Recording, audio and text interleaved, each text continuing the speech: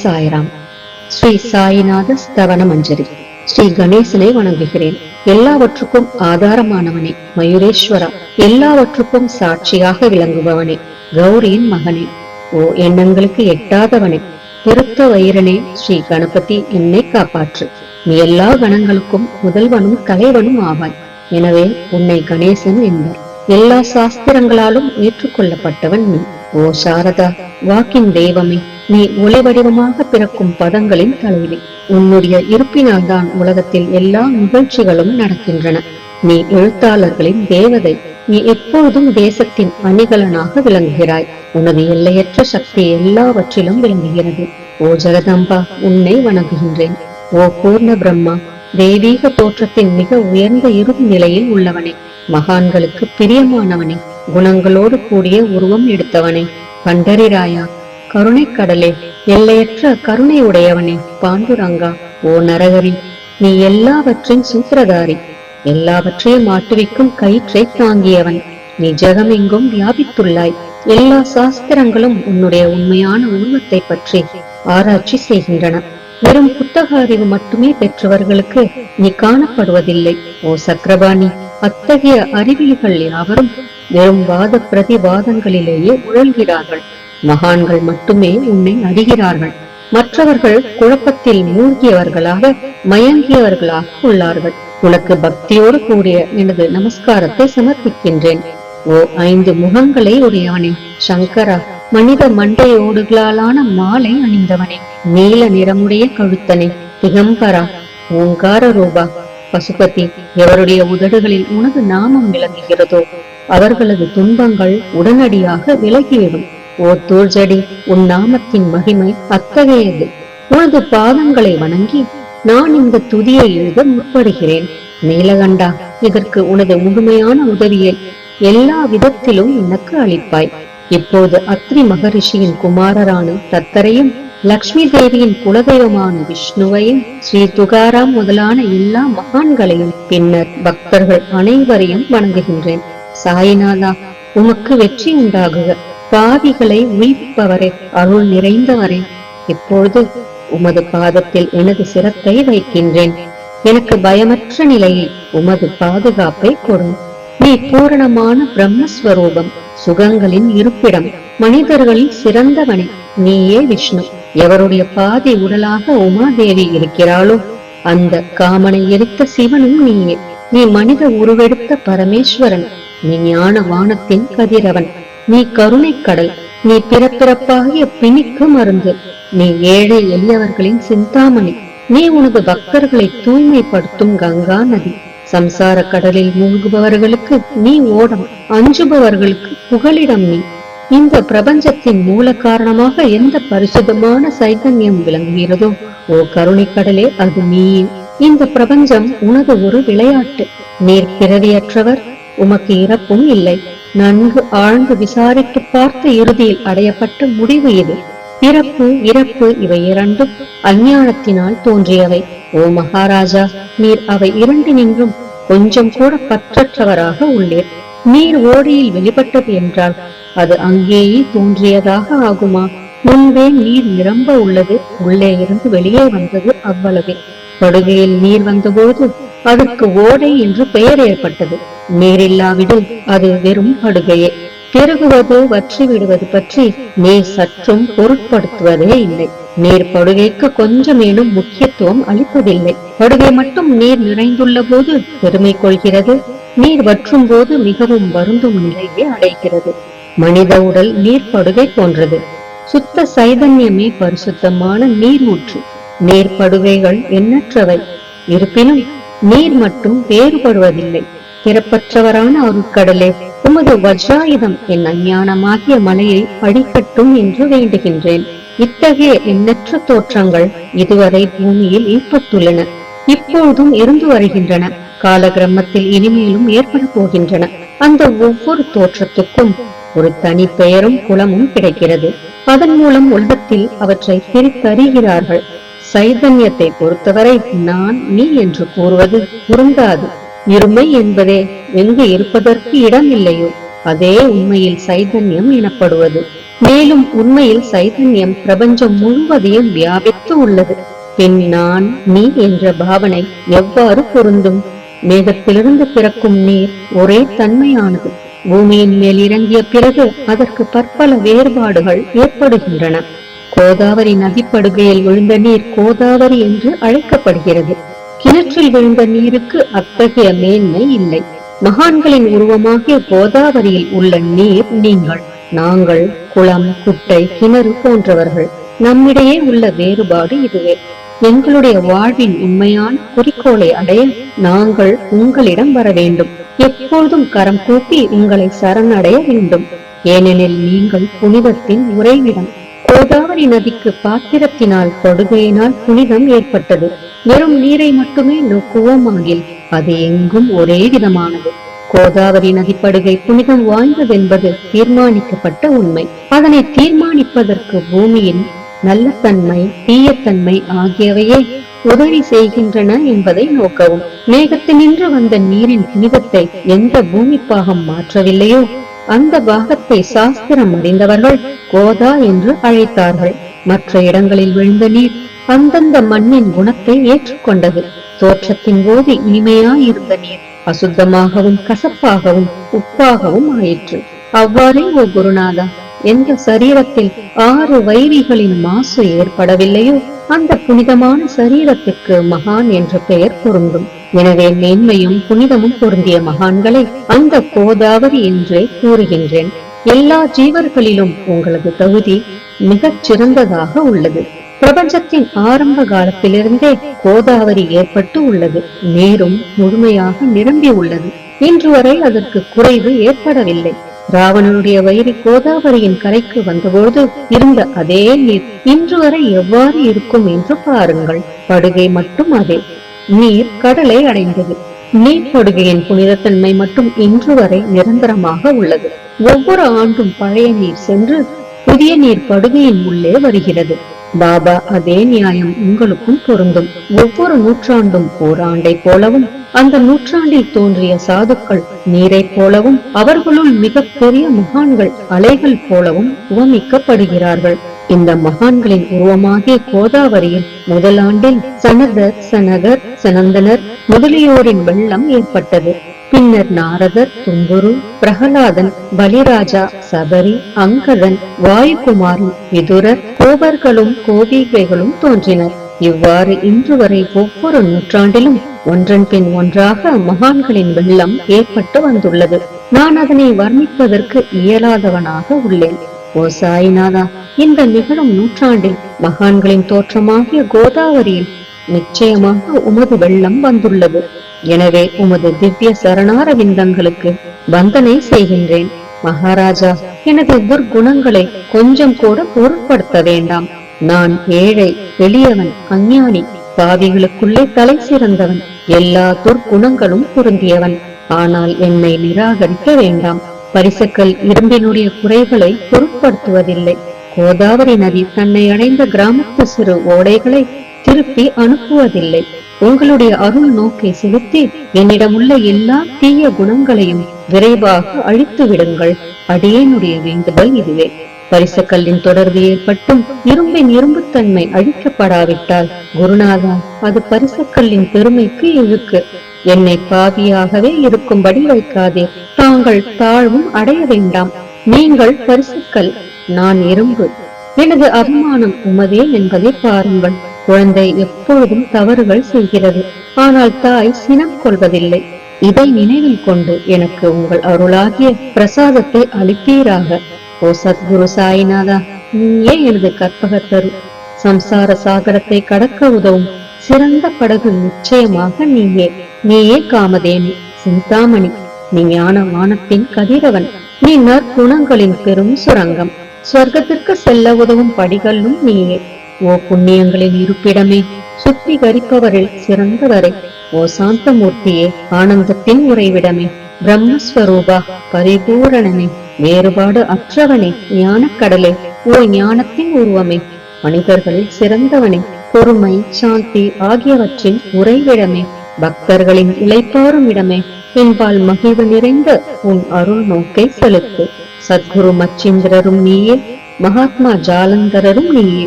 நீயே நிவிருத்திநாதரும் ஞானேஸ்வரரும் ஆவாய். கபீர், ஷேக் முகமது, இயேசுநாதர் ஆகியோரும் நீயே. நீயே போதலாவும் சாவதாமாலியும். உண்மையில் ராமதாசரும் நீயே.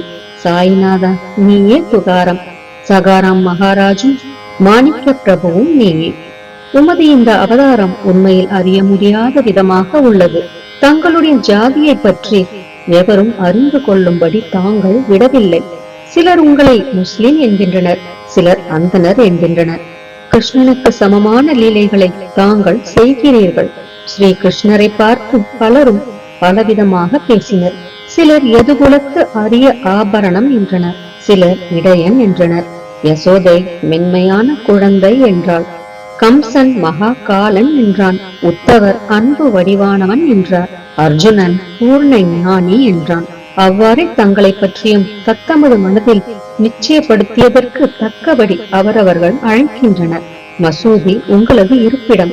உமது காதுகள் குத்தி இருக்கப்படவில்லை. உங்களது பாதியா சரங்கையும் பார்த்துவிட்டு உங்களை முஸ்லிம் என்று கூறுவது பொருத்தமாகவே உள்ளது. அவ்வாறே கருணை வடிவான உமது அக்னி வழிபாட்டை பார்த்து நீங்கள் இன்றுதான் என்று எங்கள் மனதில் நிச்சயம் ஏற்பட்டது. ஆனால் வெளி விவகாரங்களில் உள்ள இத்தகைய வேறுபாடுகளை தர்க்கவாதிகளே விரும்புவார்கள்.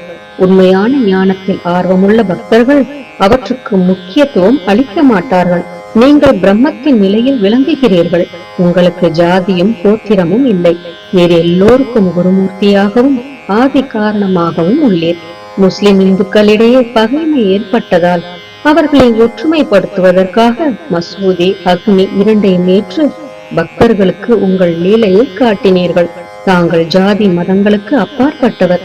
நீங்கள் பிரம்மமே. உண்மையில் நீங்கள் அது தத்துவமசி. நீங்கள் உண்மையில் தர்க்கங்களுக்கு அப்பாற்பட்டவர். உங்கள் முன்னால் எவ்வளவோ தர்க்க விதர்க்கங்கள் நிகழ்ந்தன. அங்கே எனக்கு சாதாரண மொழிகள் எப்படி ஏற்படும்? ஆனால் உங்களை பார்க்கும் போது என்னால் மௌனமாக இருக்க முடியவில்லை. துதி செய்வதற்கு உலக வழக்கில் பதங்களே சாதனமாக உள்ளன. எனவே உங்கள் அருளாசியுடன் பதங்களால் என்னென்ன வர்ணனைகள் ஏற்படுகின்றனவோ அவற்றை எப்பொழுதும் செய்வேன். மகான்களின் தகுதி கடவுளின் தகுதியை விட வேறுபட்டதும் மிக உயர்ந்ததும் ஆகும். சாதுக்களின் அருகில் எனது உனது என்ற வேறுபாடுகளுக்கு சிறிதேனும் இடமில்லை. ஹிரண்ய கசிபுவுக்கும் ராவணனுக்கும் கடவுளை வெறுத்ததன் மூலம் மரணம் ஏற்பட்டது. இத்தகைய சம்பவம் ஒன்று கூட மகான்களின் கரத்தால் நிகழவில்லை. அரசன் கோவிச்சந்தன் ஜாலந்தரரை சாண குவியலில் புதைத்தான். ஆனால் அந்த மகான் மனம் வருந்தவில்லை. மாறாக அந்த அரசனை சம்சார சுழலிலிருந்து விடுவித்து அமரனாக செய்துவிட்டார். இத்தகைய மகான்களின் மேன்மையை எவ்வாறு வர்ணிப்பேன்? மகான்கள் சூரியனை போன்றவர்கள். அவர்களின் கருணை ஒளிமயமானது. மகான்கள் சுகம் தரும் சந்திரனை போன்றவர்கள். அவர்களது அருள் சந்திரனுடைய ஒளி போன்றது. மகான்கள் இதமளிக்கும் கஸ்தூரி போன்றவர்கள். அவர்களின் அருள் அதன் நறுமணம் போன்றது. மகான்கள் ரசம் நிரம்பிய கரும்பு போன்றவர்கள். அவர்களது அருள் அதன் இன்சுவை போன்றது. மகான்கள் நல்லவரிடமும் தீயவரிடமும் ஒரே விதமாக நடந்து கொள்கிறார்கள். மாறாக பாவிகளிடமே எல்லையற்ற அன்பு உள்ளவர்களாக உள்ளார்கள். கோதாவரி நதியின் நீரில் அழுக்கடைந்த துணிகளே துவைப்பதற்காக வருகின்றன. சுத்தமானவை கோதாவரி நின்று வெகு தொலைவில் பெட்டியிலேயே தங்குகின்றன. பெட்டியில் வைக்கப்பட்டிருந்த அந்த துணியும் ஒருமுறை கோதாவரியின் படுகையில் நன்றாக துவைப்பதற்காக வந்தது. இந்த உவமையில் பெட்டிதான் வைகுந்தம். நீங்களே கோதாவரி, நம்பிக்கையே படிதுரை, ஜீவாத்மாக்களே துணிகள். 6 வித விகாரங்களே அவைகளை பற்றியுள்ள அழுக்கு. உங்களது பாதார விந்தங்களை தரிசிப்பதே கோதாவரி ஸ்நானமாகும். எல்லா அழுக்குகளையும் போக்கி சுத்தப்படுத்துவதில் நேர் மிகுந்த சாமர்த்தியசாலி. சம்சாரத்தில் உழலும் ஜனங்களாகிய நாங்கள் மேலும் அழுக்கு படிந்தவர்களாக உள்ளோம். எனவே மகான்களின் தரிசனம் பெறுவதற்கு உரிமை பெற்றவர்கள் நாங்கள். கோதாவரி நதியில் நீர் நிரம்பி உள்ளது. படிதுறையில் துவைப்பதற்கான அழுக்கு துணிகள் உள்ளன. அவை அப்படியே துவைக்கப்படாமல் கிடந்தால் அது உண்மையில் கோதாவரிக்கு இழுக்கு ஆகும். நீங்கள் அடர்ந்த நிழலும் குளிர்ச்சியும் தரும் சிறந்த மரம். நாங்கள் உண்மையில் பாதசாரிகள். கதிரவன் தாபத்திரங்களாகிய வெயிலால் எங்களை சுட்டு எரிக்கின்றான். அவனுடைய தாபத்திலிருந்து கருணை கூர்ந்து, ஓ குருராயா, எங்களை காப்பாற்றும். உங்கள் நல்லருளின் குளிர் நிழல் இவ்வுலகிற்கு அப்பாற்பட்ட தன்மை அது. மரத்தின் அடியில் அமர்ந்ததும் ஒருவன் மேலே இருந்து வெயிலை உணர்வானாகின் அந்த மரத்தை எவர் நிழல் தரும் மரம் என்று கூறுவர். உமது அருளின்றி உலகில் நன்மை என்பது ஏற்படுவது இல்லை. தர்மத்தை நிலைநிறுத்துவதற்காக சேஷிஷாய் அர்ஜுனனுக்கு நண்பனானான். விபீஷணன் சுக்ரீவனுடைய அருளினாலேயே அரசன் ஸ்ரீராமனின் அருகாமையை அடைந்தான். மகான்களின் மூலமாகத்தான் ஸ்ரீஹரி மேன்மை அடைந்தார். எந்த பிரம்மத்தை பற்றி வேதங்களில் கூட வர்ணிக்கப்படவில்லையோ அத்தகைய பிரம்மத்தை உலகத்தில் சகுனமாக செய்து வெட்க வைத்தார்கள் மகான்கள். தாமாஜி என்ற பக்தர் வைகுந்தபதியும் ருக்மணிவரனுமாகிய இறைவனை ஒரு மகா தாழ்ந்த குலத்தவராக உருவெடுக்கும்படி செய்தார்.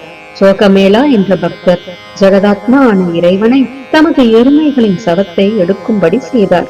மகான்களின் பெருமையை உணர்ந்த ஜெகஜீவனாகிய இறைவன் அவர்களுக்காக தண்ணீரும் சுமந்தான். உண்மையில் மகான்கள் சச்சிதானந்த பிரபுவாகிய இறைவனின் எஜமானர்கள் ஆவார்கள். இப்போது அதிகம் சொல்வதற்கு எனக்கு வரவில்லை. நீயே எங்களுடைய தாயும் தந்தையும். ஓ சத்குரு சாய்நாதா, ஷீரடி கிராமத்தில் வசிப்பவரே, பாபா, உமது லீலைகளின் உண்மையான பொருளை எவரும் அறியவில்லை. அவ்வாறிருக்க எனது வெற்று வார்த்தைகள் எவ்வாறு அவற்றை விளக்க முடியும் சொல்லுங்கள். ஜீவன்களுக்கு ஓய்வளிக்கும் பொருட்டு தாங்கள் ஷீரடியில் வந்தீர்கள்.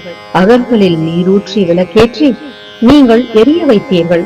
7 சான் நீளமுள்ள குறுகிய மரப்பலகையை நீங்கள் படுத்துக் கொள்ளும் கட்டிலாக்கி உங்கள் யோக சாமர்த்தியத்தின் சக்தியை பக்தர்களுக்கு காட்டினீர்கள். அநேக பெண்மணிகளின் மலட்டு தன்மையை நீக்கி அருளினீர்கள். எத்தனையோ வியாதிகளை உதியின் மூலம் குணப்படுத்தினீர்கள். இவ்வுலக சம்பந்தமான துன்பங்களை நீக்குவது உமக்கு ஒரு பொருட்டே அன்று. யானை ஒன்று இரும்பை ஒரு சுமையாக எவ்வாறு கருதும்? இப்போது குருராயா, இந்த எளியவன் பால் கருணை காட்டுவீராக. நான் உமது பாதங்களை அண்டியுள்ளேன். என்னை திருப்பி அனுப்பிவிடாதீர்கள். நீர் அரசருக்கெல்லாம் அரசர், குபேரனுக்கும் குபேரர், வைத்தியருக்கெல்லாம் வைத்தியர். உங்களை விட சிறந்தவர் எவரும் இலர். மற்ற தெய்வங்களை பூஜிப்பதற்கு அதற்கு தகுந்த சிறப்பு உபகரணங்கள் உள்ளன. ஆனால் உம்மை பூஜிப்பதற்கு உலகில் பொருட்களே இல்லை. சூரியனுடைய இல்லத்தில் தீபாவளி பண்டிகை வந்ததென்றால் எப்பேற்பட்ட பொருட்களை கொண்டு அதை கொண்டாடுவோம். சமுத்திரத்தின் தாகத்தை தீர்க்க இந்த புவியிடத்தில் நீர் இல்லை. நெருப்பை உஷ்ணப்படுத்த எங்கிருந்து அக்னி கொண்டு வருவது? ஓ ஸ்ரீ சமர்த்தா குருராயா, பூஜைக்குரிய பொருட்கள் யாவும் உண்மையில் உமது ஆத்மாவின் அம்சமாய் உள்ளன. மேற்கூறப்பட்டவையெல்லாம் தத்துவருஷ்டியால் கூறப்பட்ட பேச்சுக்களே அன்றி என் மனதில் அனுபவத்தால் ஏற்பட்டவை அன்று. அனுபவம் இன்றி கூறப்படும் பதஜாலங்கள் வீணே ஆகும். போகட்டும். உலக வழக்கத்தின்படி உமக்கு நான் பூஜை செய்யலாம் என்றால் அதனை செய்வதற்கு தேவையான திறமை எனக்கு இல்லை எனது குருநாதா. பலவித கற்பனைகள் செய்து உமக்கு பூஜை செய்கிறேன். அருள் மிகுந்தவரே, அடியனுடைய அத்தகைய பூஜையை ஏற்றுக்கொள்வீராக. இப்போது அன்பு கண்ணீரால் உமது பாதங்களை கழுவுகின்றேன். உண்மையான பக்தியாகிய சந்தனத்தை அரைத்து உமக்கு பூசுகின்றேன். எனது அழகிய பதங்களாகிய இந்த கவனியை உமக்கு அணிவிக்கின்றேன். பிரேமை என்ற மலராகிய மாலையை உமது கழுத்தில் அணிவிக்கின்றேன். எனது துர்க்குணங்களாகிய தூபத்தை உமக்கு முன்பு எரிய விடுகின்றேன். அது மிக தீய பொருளாயினும் அது நின்று தீய வாசனை எழுவதில்லை. சத்குருவுக்கு முன்பு அன்றி வேறு எங்கெங்கு தூபம் எரியவிடப்படுகிறதோ அங்கெல்லாம் தூப பொருளுக்கு ஏற்படும் நிலை வருமாறு தூப திரவியத்திற்கு அக்னியின் ஸ்பரிசம் ஏற்பட்ட மாத்திரத்தில் அதனது நறுமணம் என்ற நல்ல குணம் அதனை விட்டுவிட்டு சென்று விடுகிறது. உமது எதிரே இதற்கு மாறாக நிகழ்கிறது. தீய தன்மைகள் அக்னியில் எரிந்து விடுகின்றன. உலகம் பார்த்து மகிழும்படி சத்குணம் எவ்வித குறைவுமின்றி தங்கிவிடுகிறது. மனிதனுடைய தீய குணங்கள் யாவும் எரிந்த பின் மனம் மாசற்றதாகிறது. கங்கையிலுள்ள மாசுகள் நீங்கியவுடன் அவள் இயல்பாகவே புனிதமடைகின்றாள். மாயை மோகம் என்ற தீபத்தை உமக்கு சுற்றுகின்றேன். அதன் மூலம் எனக்கு வைராக்கியம் என்ற ஒளி கிடைக்கும். உனக்கு அமர்வதற்கு சுத்தமான நம்பிக்கை என்ற சிம்மாசனத்தை அளிக்கின்றேன். அதனை ஏற்று பக்தி என்ற நைவேத்தியத்தையும் எடுத்துக் கொள்வாயாக. பக்தி நைவேத்தியத்தை நீ உண்டுவிட்டு அதனது ரசத்தை எனக்கு கொடு. ஏனெனில் நான் உமது பச்சிலம் குழந்தை. உனது பாலில் எனக்கு உரிமை உண்டு. எனது மனதை உமக்கு தட்சணையாக அர்ப்பணிக்கின்றேன். அதனால் கர்த்தத்துவம் என்பது எந்த விதத்திலும் என்னிடம் இருக்காது. இப்போது பிரார்த்தனையோடு உனக்கு சாஷ்டாங்க நமஸ்காரம் செய்கின்றேன். ஓ புண்ணிய ஸ்லோகா சாய்நாதா, அதனை தாங்கள் ஏற்றுக்கொள்வீராக. பிரார்த்தனாஷ்டகம். சாந்தமான மனமுடையவரே, சிறந்த அறிவுடையவரே, சாய்நாதா, அருள் நிறைந்தவரே, கருணை கடலே, சத்திய ஸ்வரூபமானவரே, மாயையாகிய இருளை அழிப்பவரே, ஜாதி மதங்களுக்கு அப்பாற்பட்டவரே, சாதனையின் முடிவை அடைந்தவரே, எண்ணங்களுக்கு அப்பாற்பட்டவரே, கருணைக்கு உறைவிடமே, ஷீரடி கிராமத்தில் உறைபவரே, ஓ சாயிநாதா, என்னை காப்பாற்றும், என்னை காப்பாற்றும். ஞானமாகிய கதிரவனே, ஞானத்தை அளிப்பவரே, எல்லாவித நன்மைகளையும் செய்பவரே, பக்தர்களின் இதயத்தில் உலவும் அன்னமே, உமது பாதங்களை அடைந்தவரை காப்பவரே, சிருஷ்டி செய்யும் பிரம்மா நீ, காக்கும் தெய்வமான லட்சுமியின் கரணன் விஷ்ணுவும் நீயே, உண்மையில் உலகங்களையும் தயமடைய செய்யும் ருத்ரனும் நீயே. நீர் இல்லாத இடம் இவ்வுலகத்தில் எங்கும் இல்லை. சாய்நாதா, நீர் எல்லாம் அறிபவர், எல்லோரின் இதயத்திலும் உறைபவர். எனது எல்லா குற்றங்களையும் மன்னிக்க வேண்டுமென்று வேண்டுகின்றேன். பக்தியின்மை, சந்தேகங்கள் போன்ற அலைகளை விரைவில் நீக்குவீராக. நீர் பசு, நான் பச்சிலங்கன்று. நீர் சந்திரன், நான் சந்திரகாந்தக்கல். உங்கள் பாதங்கள் கங்கா நதியின் ஸ்வரூபமானவை. அவற்றை நான் பக்தியோடு வணங்குகின்றேன். இப்பொழுது உமது அடைக்கலம் அளிக்கும் அருள்மயமான கரங்களை எனது சிரத்தின் மேல் வைப்பீராக. எனது வருத்தங்களையும் கவலைகளையும் நீக்குவீராக. இந்த கணு தங்கள் பணியாளன். இந்த பிரார்த்தனாஷ்டகத்தை கூறி நான் சாஷ்டாங்க நமஸ்காரம் செய்கின்றேன். எனது பாவங்களையும் துன்பங்களையும் ஏழ்மையையும் உடனடியாக நீக்குவீராக. நீர் பசு, நான் கன்று. நீர் தாய், நான் குழந்தை. என் விஷயத்தில் மனதில் கடினம் கொள்ள வேண்டாம். நீர் மலையகிரியில் உள்ள சந்தன மரம், நான் முள்ளடர்ந்த புதர். நீர் புனிதமான கோதாவரி நீர், நான் பெரும் பாவி. ஓ குருராயா, உமது தரிசனம் ஏற்பட்ட பிறகும் என்னிடத்தில் உள்ள துர்க்குணம் என்ற மாசு அவ்வாறே தங்கி இருக்குமாகில் உம்மை சந்தனம் என்று எவர் கூறுவர்? கஸ்தூரியின் அண்மையை அடைந்த மண்ணும் உயர்வாக மதிக்கப்படுகிறது. மலர்களின் அண்மையால் நாரும் தலையில் உயர்ந்த இடத்தை பெறுகிறது. மகான்களின் தன்மையும் இத்தகையது. அவர்கள் எந்தெந்த பொருட்களை ஏற்றுக்கொள்கிறார்களோ அவற்றை உயர்ந்த நிலைகளில் அடைவிக்கிறார்கள். சிவபெருமான் விபூதி, கோவணம், நந்தி ஆகியவற்றை ஏற்றுக்கொண்டதால் எல்லா திக்குகளிலும் அந்த பொருட்களுக்கு மிகவும் மதிப்பு ஏற்பட்டுள்ளது. இடையர்களை மகிழ்விக்கும் பொருட்டு பிருந்தாவனத்திலும் யமுனை நதிக்கரையிலும் ஜகத்துக்கெல்லாம் இறைவனானவன் கைகாலா என்ற விளையாட்டை விளையாடினான். ஞானிகள் அவ்விளையாட்டையும் உயர்வாக மதிக்கிறார்கள். அவ்வாறே நான் துராசாரி ஆயினும் உம்மை அடைந்துள்ளேன்.